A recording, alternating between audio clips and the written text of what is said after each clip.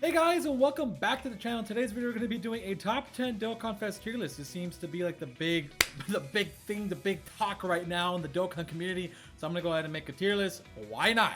Why not? Everybody's making one right. So let's go ahead and get started. So the rules are we're not including Dokkan Fest LRs, we're not including EZAs in our decision making because again, those could be separate videos on their own. It is 2021, so I do think it is time for, you know, the new list for January. So I'm going to be doing an LR list too, probably tomorrow. So in this list, we do not have the new what card? The new Janemba and Paika. There we go. That's how forgettable those units are. And by the way, even if they were here, they would not be put on my list. I'm letting you guys know now, they wouldn't actually be on my list. So there you guys go. If you guys were wondering, I wouldn't put them on my list. So we have a lot of great units here to choose from.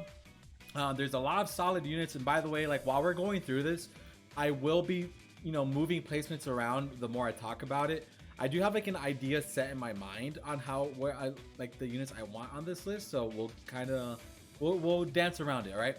So with the number 10 spot, I think it's fair to say, I think I want to put Android 13 as number 10 for right now. He might be moved, actually. We'll see. We gotta see, because again, I'm gonna be moving stuff around, but 13 definitely is a very, very strong unit that I like a lot. The thing is, the top 5 I already have an idea of. It's the other 5, so I kind of have to move things around. So don't get crazy. Watch to the end, because I'm sure it will change while I go. If I had to throw a number 9, it would probably be Kefla. So let me actually talk about the units before just throwing them up there. So Kefla used to be like a top 5 for me back in the day when she originally came out, and she's extremely good. She's extremely versatile in her links. If you have a 50% support Kabe, she's amazing, because again, if she's getting those 6 orbs and she's doing 2 super attacks, she's destroying the game, like absolutely destroying the game. Because again, she's stacking her attack, she's doing guaranteed supers, and she's getting those 6 orbs. So it's like there's a lot of greatness to her, to be honest. So I would 100% say she definitely deserves to be on the list at some point. But I do like her a lot. I do think Kefla is very good and at her best. Not all the time, but at her very best. Defensively, she usually has like 100k defense, and then she does have her 50% chance to dodge. You get the 6 orbs. Remember, once she becomes Super Saiyan 2 Kefla, it's always a 50% chance to dodge. So I think she's pretty aight. But again, we gotta see, because again, there's a lot of units here, and the more I talk about, the more I'll be able to maneuver around. So the next unit I want to put on the list is actually Bardock. I do like Bardock a lot. I do think he's a very good defensive unit. He's extremely powerful. I mean, the only problem with Bardock is, unfortunately, he doesn't really have an event for him to really shine at right now, unfortunately, because he needs to fight like a Frieza unit or a Wicked Bloodline. So it's kind of hard for him to be at his maximum capabilities, and with that being in mind. For number 7, okay, I'm already swapping right now. Hold on. Yeah, you see, like the more I talk, the more I'm like, okay, wait, we gotta move stuff around. For number 7, I'm actually gonna go ahead and put Super Saiyan 2 Vegeta. Yeah, just like that, I added Gotenks to the list. The reason why I added Gotenks and I forgot about him is because literally I didn't see him. Like I wasn't really looking that well to see my man on the list. But Gotenks at its absolute maximum is a complete demon. He's not the greatest defensive unit in the world. He is for those couple turns where he's getting like that 70% chance of launching an additional super attack once he's Super Saiyan 3 Gotenks. His RNG passives before that point is actually kind of fun. So I guess I wouldn't mind putting him as number 9. And Bardock is 7, Vegeta as number 7. I'm actually not going to probably include Super Saiyan 2 Goku on here, because I think Vegeta is actually far superior than him, in the sense that it's easier for him to be effective against all types, it's easier for him to be better defensively, kind of stuff like that. But I would put probably Vegeta as 7. I might actually swap that. I might actually do this. You see, that's the problem with tier lists. You just kind of go back and forth. Because I think Gotenks at his maximum is better than Vegeta, and I think Bardock at his maximum is going to be better defensively. And he could be better offensively, but he doesn't really have a mode yet for that, right? That's the only unfortunate part.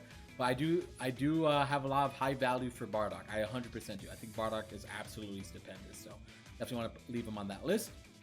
Number 6. probably Dokkan Fest Beerus as number 6. And that's crazy to say, but obviously we have Super Saiyan 3. Got ya! No, I'm just kidding. He's good. That was for the memes. That was for the memes. Beerus is extraordinarily powerful, a very extremely powerful unit. Insanely, I mean, he's insane on all his teams. As long as you have like a Whis or a Vados with him, he's going to be doing a substantial amount of damage. I apologize for that. So I definitely want to put him right there. I think he definitely deserves to be on the list. But again, we will be moving stuff around again. But right now, I'm feeling pretty good about these 5 right here. This is a hard part for the top 10. So top 5 is always the obvious ones, but the top 10 right here, it's a little unfortunate. It gets a little tricky. It gets a little tricky here and there. But I think these, like, the top, like the lower half of the top 10 are always gonna be subjective to like the player. So like I would definitely, like, I feel comfortable with this. But I think like the main thing that you guys come here for is the top 5 basically. So let's go ahead and talk about the top 5. Just kidding. Psych. No. Okay. Let's go ahead and do this real quick. I'm gonna go ahead and put SDR Cooler as number 5, just off the bat. And with that being said, Bojack will be number 4. The reason why I like Bojack a bit more, it's because he's a bit more defensive than Cooler. He's definitely a bit more defensive. Cooler gets the guaranteed criticals. I mean, they both get the same 180% attack, right? But Bojack does get a bit extra defense. And I do like his lead. I do like his lead a lot. But again, I think that these two just come down to preference, in my honest opinion, right? I think this really comes down to what your playstyle is all about. Like if you prefer a little bit extra defense, because I mean, literally they're almost the same exact carbon copy unit. The only difference is Bojack has a bit more defense, and he has like LR Jiren and LR Tur'S to give his support passive to, right? That's like literally, there's not many differences between the two. There really isn't. So, but Bojack right now, I do like him a bit more, just because again, he's a bit more defensive heavy, which I enjoy. I like that. So, I would definitely go ahead and put Bojack as number 4 and Cooler as 5. But I think you could swap the two. I definitely think you could swap the two. I think you definitely can. Let's go to the number 3. All right, I'm just gonna bring up the top 3. And then like we'll move around. Because as of right now, this is how I had it. But the more I've seen Gogeta in in different events, the reason why I almost wanted to say Gogeta is number 1, because look, Ultimate Gohan at his absolute best, I want to say is probably number 1, probably. But the thing is, to get him at his absolute best, you kind of have to do a lot sometimes, and like he doesn't actually provide anything for the team. While Gogeta gives himself key, he has a 200% attack and defense. He's effective against all types for 9 turns. I mean, he's insane, and he's pretty decent defensively as well, and he's an offensive monster. So I would probably say he's number 1. Frieza is definitely a number 3. Sometimes I actually do enjoy Frieza more than Gohan. But again, if we're looking at like maximum power, I think Ultimate Gohan definitely deserves to be at least number 2. It's even hurting me to put him as number 2. But to be honest, I do prefer Frieza as a unit over Gohan. I do. But overall in power, I do know that Gohan's absolutely going to be better. But Gogeta, on the other hand, like he just looks insane literally all the time, for the most part. So I would definitely say that this is how I would do it. But again, I don't know. It's kind of rough.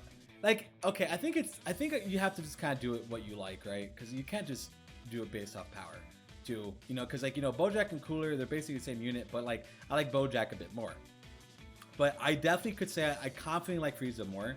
I think I feel good saying Frieza is number 2, because Frieza's like his kit is so much fun to use, because again, first turn you have the decision of making him a defensive monster or making him a offensive guide, right? Like you have those options as a player to do that.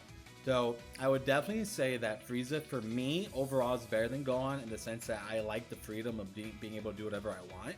But in the sense of power, I know you could say Ultimate Gohan's better defensively, better offensively after a while. Again, the greatly raising attack and defense is insane. But Frieza is just so much fun.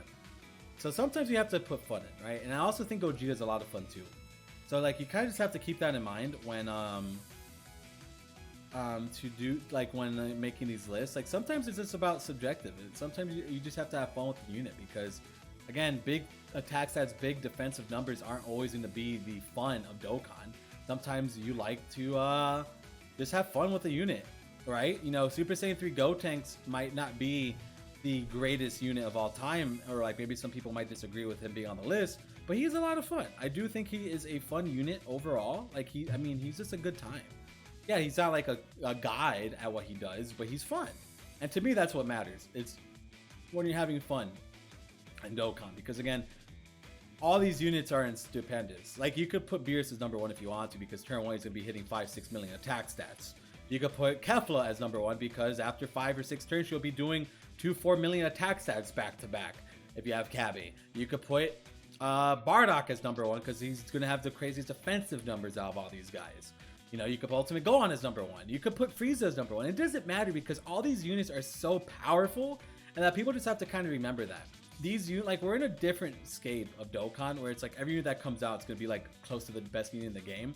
So like the top 3 aren't far apart from each other at all.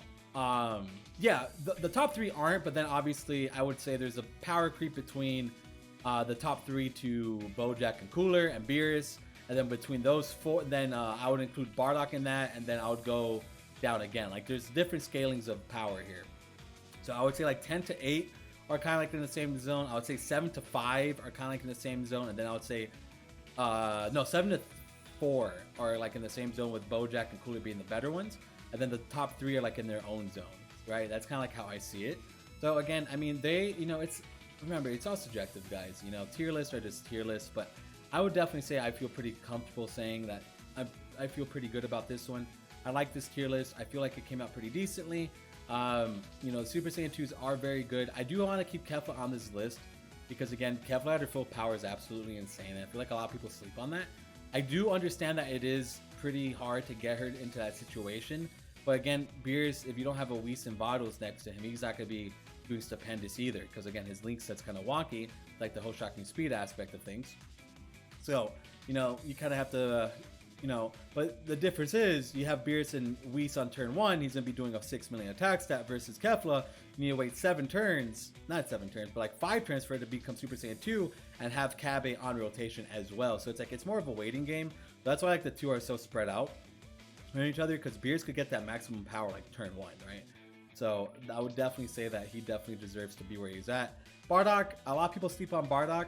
I don't agree with it. I do think Bardock is absolutely insane. I do think he deserves to be where he's at on this list. I do think that's exactly where he should be. He's definitely a top 10 TUR.